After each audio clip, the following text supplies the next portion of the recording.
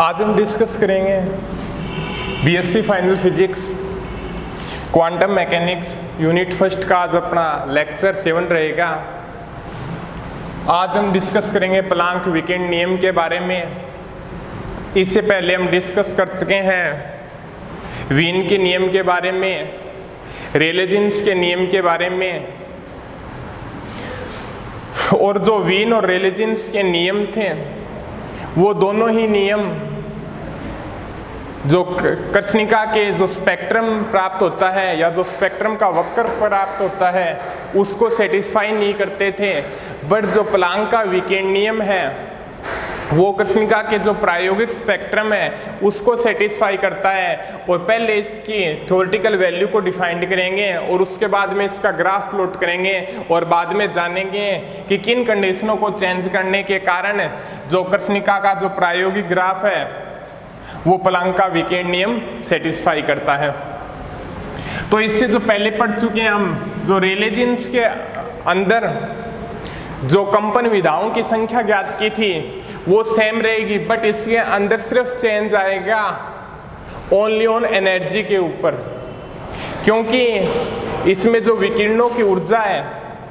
या जो अवशोषण होने की दर है या उत्सर्जन होने की दर है, जो एनर्जी फैक्टर है वो कॉन्टिन्यूस रूप से न होकर वो क्या होता है डिस्क्रीट रूप में होता है, भी टुकड़ों के रूप में होता है। वो टुकड़ों के गुणांक का मान क्या हो सकता है, भी hν भी हो सकता है, 2hν भी हो सकता है, 3hν भी हो सकता है, इस प्रकार से हो सकता है। तो देखें इसकी थ्योरेटिकल वैल्यू को डिफाइंड करेंगे। प्लांक के अनुसार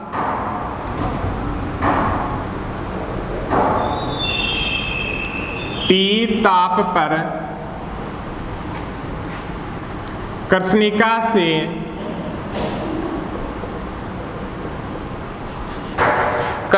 से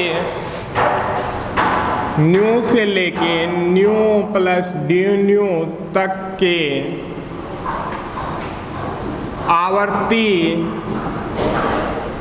परास का वर्णक्रमी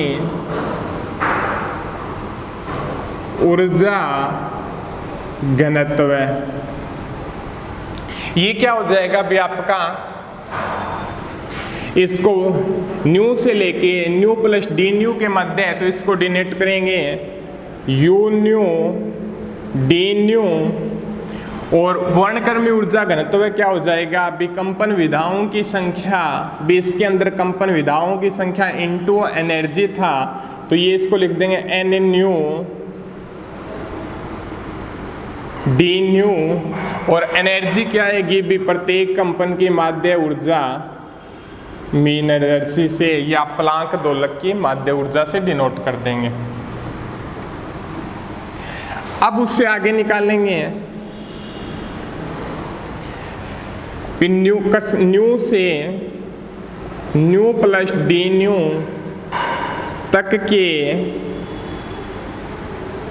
आवर्ती परास में कंपन विधाओं की संख्या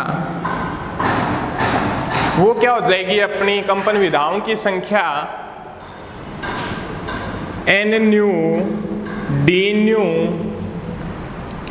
8 pi nu square upon C cube D nu, ये आ जाएगी आपकी कंपन विधाओं की संख्या। उसके बाद में हम निकालेंगे बीए तो हो गई अपने पास कंपन विधाओं की संख्या, ये हो गया टोटल वर्णक्रमी ऊर्जा घनत्व, और यहाँ पे जो रेले जीन्स का जो नियम है और जो अपना प्लांक का नियम है ओनली ऑन एनर्जी के फैक्टर के अंदर चेंज आता है, तो यह लिख सकते हैं प्लांक दोलक की माध्य ऊर्जा, या इसको लिख सकते हैं प्रत्येक कंपन विधा की ऊर्जा, प्रत्येक कंपन विधा की ऊर्जा वो क्या हो जाएगी अपने पास, जो वैल्यू प्लांक दोलक के माध्यम मीन एनर्जी या प्रत्येक कंपन विधा की ऊर्जा निकाल चुके हैं वो क्या हो जाएगी अपने पास,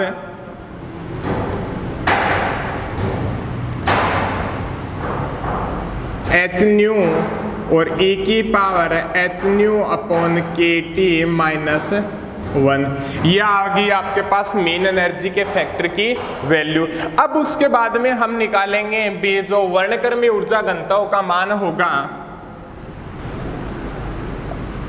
वर्णक्रमीय ऊर्जा घनत्व का मान होगा किसके अंदर, न्यू से लेके न्यू प्लस डी न्यू तक के आवर्ती प्रास के मध्य जो वर्णक्रमीय ऊर्जा घनत्व का मान होगा वो हमारे पास क्या आ जाएगा, किसके अंदर न्यू से लेके डी प्लस न्यू तक के आवर्ती प्रास में, उसकी वैल्यू क्या आ जाएगी भी अपने पास, U nu D nu, N nu D nu क्या हो जाएगा अपना 8 pi nu square upon C cube, और जो एनर्जी फैक्टर है एच न्यू ई की पावर एच न्यू अपॉन के टी माइनस 1 और डी न्यू और रह गया ये फैक्टर, या लिख सकते हैं U nu D nu 8 pi H nu cube सी क्यूब 1 अपॉन ई की पावर एच न्यू अपॉन के टी माइनस 1 और d nu.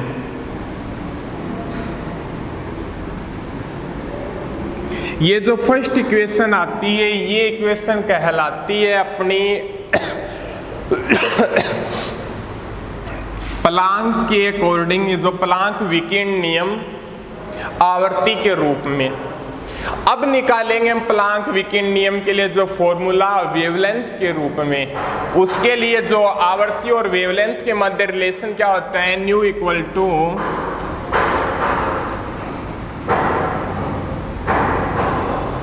C upon lambda, ये रिलेशन होता है। इस रिलेशन की सहायता से क्या है, इसको तरंग दैर्ध्य के रूप में हमें निकाल देंगे। तो उसकी वैल्यू क्या आएगी तरंग दैर्ध्य के रूप में अपनी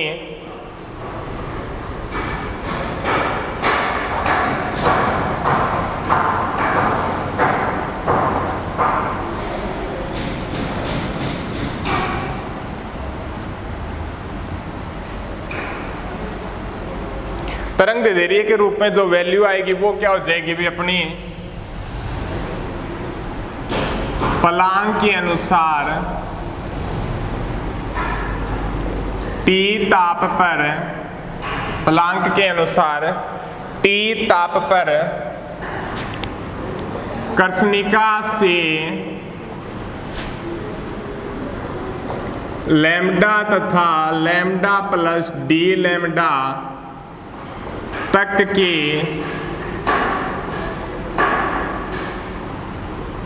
तरंग दैर्ध्य प्रास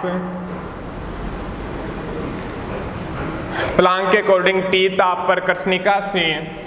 लैम्डा तथा लैम्डा प्लस डी लैम्डा तक के तरंग दैर्ध्य प्रास में वर्णक्रमीय ऊर्जा घनत्व b u lambda d lambda की वैल्यू क्या आ जाएगी अपने पास, बी ये वैल्यू प्राप्त की थी 8 पाई एच न्यू क्यूब सी क्यूब 1 अपॉन ई की पावर एच न्यू अपॉन के टी माइनस 1 और डी न्यू।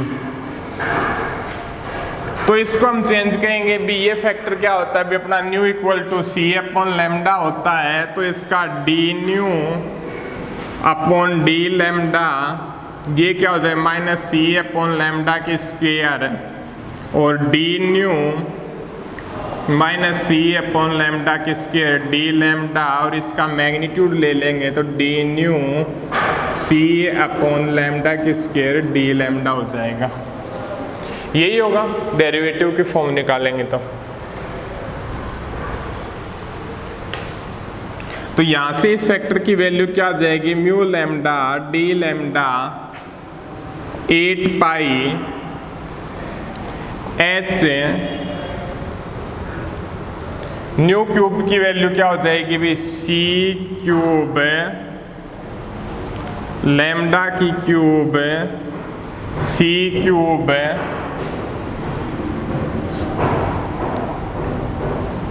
1 अपॉन ई की पावर एच न्यू अपॉन के T -1 d nu equal to क्या हो जाएगा, सी अपॉन लैम्डा की स्क्वायर डी लैम्डा, तो म्यू लैम्डा डी लैम्डा क्या हो जाएगा भी आपका, सी क्यूब से c cube cancel 8 pi h c lambda की पावर 5 1 अपॉन ई की पावर एच न्यू अपॉन के टी -1 डी लैम्डा। जो ये वैल्यू प्राप्त होती है आपके पास है, इसको इक्वेशन नंबर 2 दे दो आप। जो इक्वेशन 2 प्राप्त होगी आपके पास है,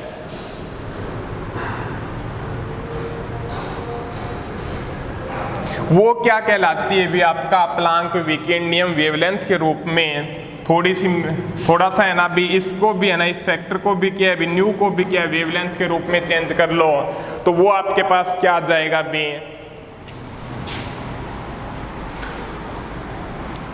इसको वेवलेंथ के रूप में चेंज करेंगे तो वो वैल्यू क्या आ जाएगी आपके पास, म्यू लैम्डा डी लैम्डा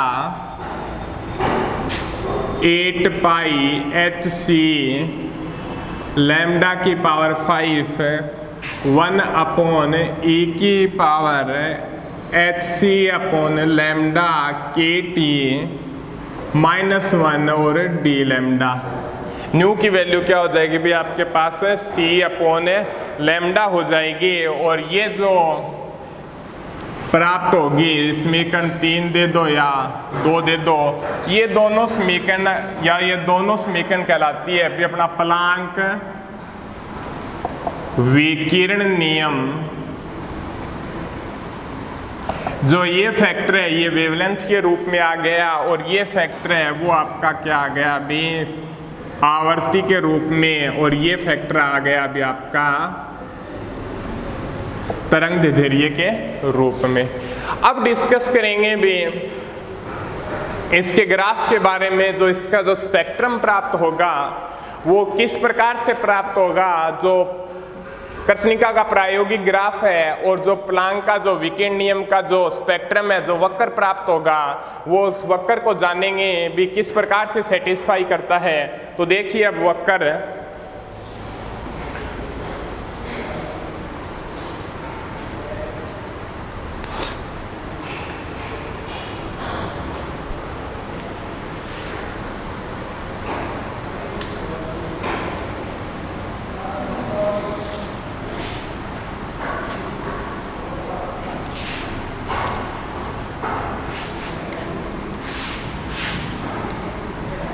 ये दोनों जो फर्स्ट इक्वेशन और थर्ड इक्वेशन थी आपके सामने, वो कहलाते हैं प्लांक विकिरण नियम कहलाता है। और जो इसका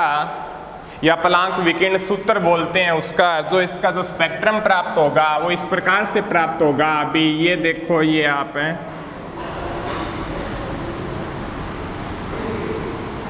तरंग दैर्ध्य लैम्डा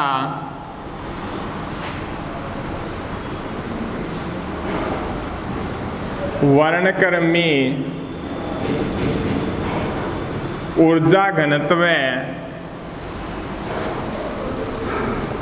यू लैम्डा तथा जो दूसरा ग्राफ प्लॉट करते हैं अपने वर्णक्रमी ऊर्जा घनत्व यू न्यू तथा आवर्ती न्यू के मध्य जो इसका ग्राफ देखेंगे हम, वो इस प्रकार से प्राप्त होगा। भी जो कृष्णिका का जो प्रायोगिक ग्राफ है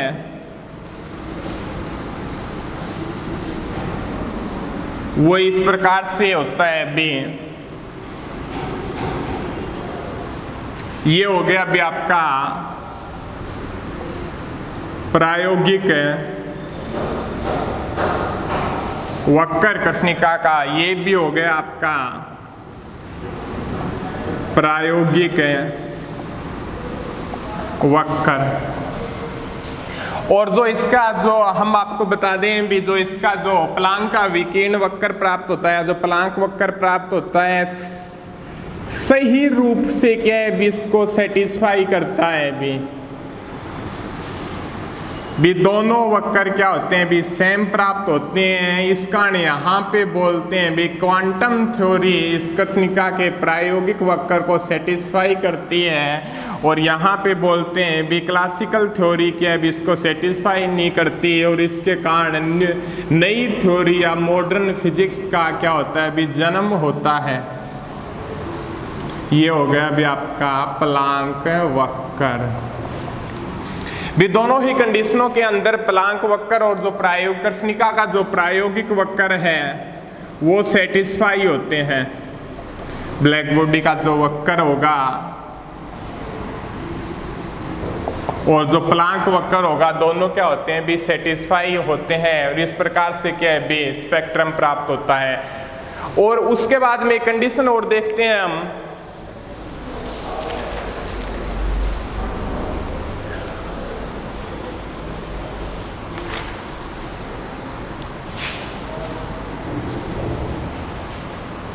यदि एच न्यू इक्वल टू 0 की स्थिति के अंदर की स्थिति में हमारे पास क्या आ जाएगा भी equal to h nu upon के टी, यही होता है -1। अब ये मानते हैं भी e की पावर x का फॉर्मूला क्या होता है भी हमारे पास e की पावर x को लिख सकते हैं 1 upon x upon 1 factorial x square upon 2 factorial x cube upon 3 factorial से डॉट डॉट डॉट तक, यही होगा। तो यहाँ से देखिएगा h इक्वल टू 0 की कंडीशन के अंदर जो प्राप्त होगा हमारे पास भी h की वैल्यू के 0 के नियर अबाउट है, तो जो इसकी हाई पावर होगी वो क्या होगी भी नेगलेक्ट हो जाएगी। तो उस कंडीशन के अंदर हमारे पास प्राप्त होगा 1 प्लस एच न्यू अपॉन के टी -1, और 1 से 1 कैंसिल, एच न्यू अपॉन के टी h इक्वल टू 0 की स्थिति में, या ठीक है बी एच के 0 के क्या है भी नजदीक है या इक्वल मान लो, तो उस कंडीशन के अंदर हाई पावर क्या हो जाती है भी नेगलेक्ट हो जाती है। या आप थ्योरेटिकली देखते हो तो भी इसको वैल्यू पुट करके आप इसको अच्छे तरीके से भी सोल्व कर सकते हो। और यहाँ से जो इसकी मीन एनर्जी की वैल्यू प्राप्त होगी भी प्लांक दोलक की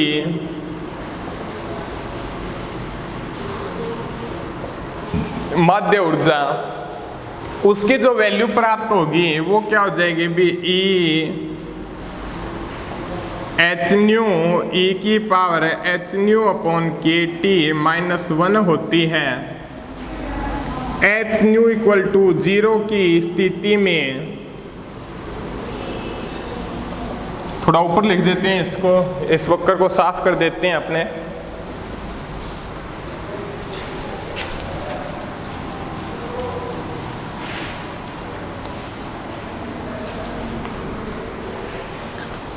जो अपने पास प्राप्त होगा h की वैल्यू 0 की स्थिति के अंदर एच न्यू इक्वल टू 0 की स्थिति के अंदर इस फैक्टर की वैल्यू कितनी प्राप्त होती है, एच न्यू अपॉन के टी -1 की वैल्यू अपने पास प्राप्त होती है, एच न्यू अपॉन के टी, और यहाँ से मीन एनर्जी की या प्रत्येक कंपन की माध्य कंपन की ऊर्जा के बारे में डिस्कस करेंगे। तो एच न्यू ई की पावर, सॉरी इस वैल्यू को इसलिए लिख देंगे एच न्यू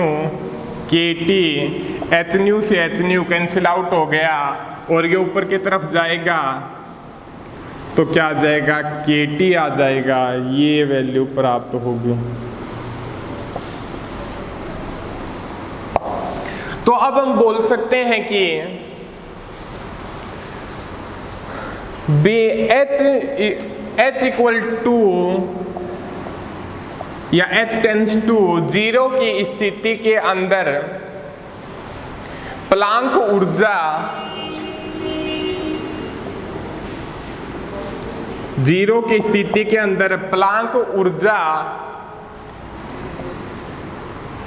मैक्सवेल वोल्टेज मान या वोल्टेज मान के कारण जो मैक्सवेल वोल्टेज मान की जो एनर्जी होती है के टी के बराबर होती है, और इस कारण हम बोल सकते हैं भी एच इक्वल टू 0 की स्थिति में जो प्लांक थ्योरी है, जो कि अभी हमारे पास जो प्लांक थ्योरी प्राप्त हुई है या जो प्लांक का क्वांटम सिद्धांत है, एच न्यू इक्वल टू 0 की स्थिति के अंदर क्लासिकल थ्योरी या चिरसम्मत सिद्धांत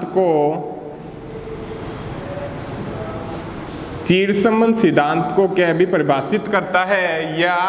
पालन करता है।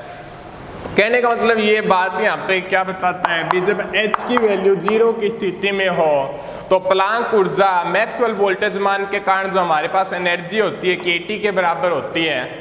भी दोनों वैल्यू क्या होती है, भी प्लांक ऊर्जा एच न्यू इक्वल टू 0 की स्थिति में तो इस फैक्टर की वैल्यू होगी वो के टी के बराबर होती है मैक्सवेल वोल्टेज मान के कारण जो एनर्जी होती है। और या आप बोल सकते हैं एच न्यू इक्वल टू 0 की स्थिति में जो प्लांक का क्वांटम सिद्धांत है वो क्लासिकल थ्योरी को क्या करता है भी, क्लासिकल थ्योरी का क्या करता है भी पालन करता है या उसको डिफाइन करता है। तो ये था आपका जो प्लांक नियम है, और प्लांक नियम के अंदर भी एनर्जी के फैक्टर को चेंज करने के कारण क्या है भी जो स्पेक्ट्रम प्राप्त होता था वो कृष्णिका के प्रायोगिक ग्राफ को क्या करता है भी सेटिस्फाई करता है। और यहाँ पे क्या है भी मॉडर्न फिजिक्स का या जो क्वांटम थ्योरी का क्या होता है भी जन्म होता है। आगे डिस्कस करेंगे हम अगले लेक्चर के अंदर।